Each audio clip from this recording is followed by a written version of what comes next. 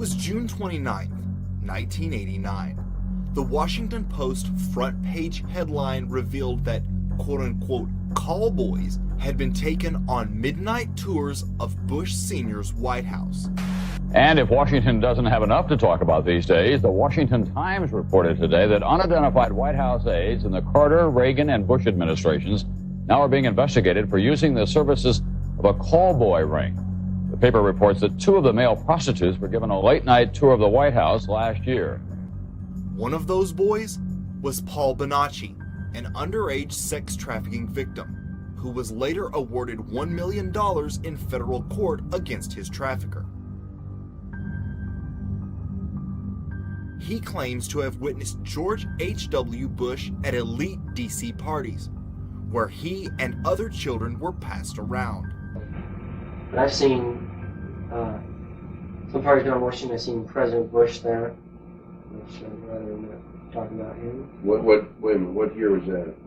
Was he president or vice president? Vice president. That's when he was still vice president. I've never met him as president because he became president in '88, and I never went around him after that. You saw him at how many of these parties? I seen him at about 3 or 4 parties because the vice president was there, so they had to have all the Secret Service. I didn't do nothing with him. He was with a black kid and he was with a white kid. 2 separate parties, once with a white kid and once with a black kid? Is that right? So you saw him twice? Yeah. And the kid had to perform oral sex on him? And what happened after they finished? He just got up and kind of left. And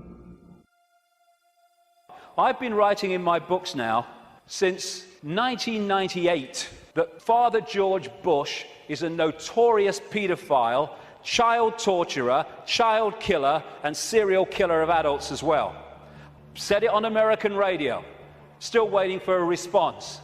And this is one example. A lady who became a friend of mine, Kathy O'Brien, who was in the American government mind control project since she was a kid, and met her many times. She still corresponds with me now and again, and I've met a daughter that she was talking about. Lovely, lovely girl, totally shattered by these people.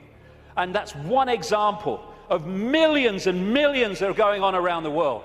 And this is what she said in a book, Transformation of America. Kelly's bleeding rectum was but one of many physical indicators of George Bush's pedophile perversions. I have overheard him speak blatantly of his sexual abuse of her on many occasions. He used this and threats to her life to pull my strings and control me. The psychological ramifications of being raped by a pedophile president are mind-shattering enough, but reportedly Bush further reinforced the traumas to Kelly's mind with sophisticated NASA electronic and drug mind control devices. Bush also instilled the "who you're gonna call and I'll be watching you" binds on Kelly, further reinforcing her state of helplessness. The systematic tortures and trauma that I endured as a child now seem trite by comparison. They're not. I know what she went through. To the brutal physical and psychological devastation that George Bush inflicted on my daughter. And that's just one of these people involving one of the victims of this. The rabbit hole here goes deep, but it seems Bush Sr. and the CIA were using these children as part of a honeypot operation to blackmail certain politicians. November 22nd, 1963. A day no American alive will ever forget. The news blasted across every radio bulletin in the nation, and soon the world. This is Edwin Newman in the NBC newsroom in New York. This information from Dallas. 2 priests who were with President Kennedy say he is dead of bullet wounds. This is the latest information we have from Dallas. President John F. Kennedy had been shot dead in Dallas, Texas. The nation was stunned. No one could forget where they were that day. No one except for George Bush Sr., that is, who conveniently claims he doesn't remember where he was that fateful day.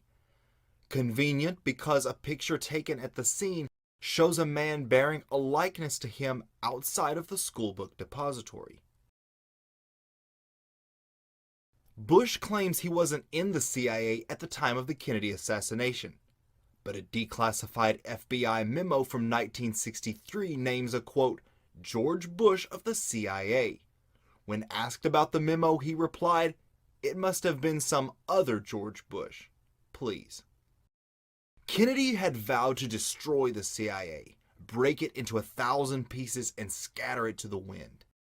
Later at LBJ's memorial, Bush couldn't restrain a laugh as he referred to the deranged gunman who supposedly shot Kennedy. America. After a deluded gunman assassinated President Kennedy,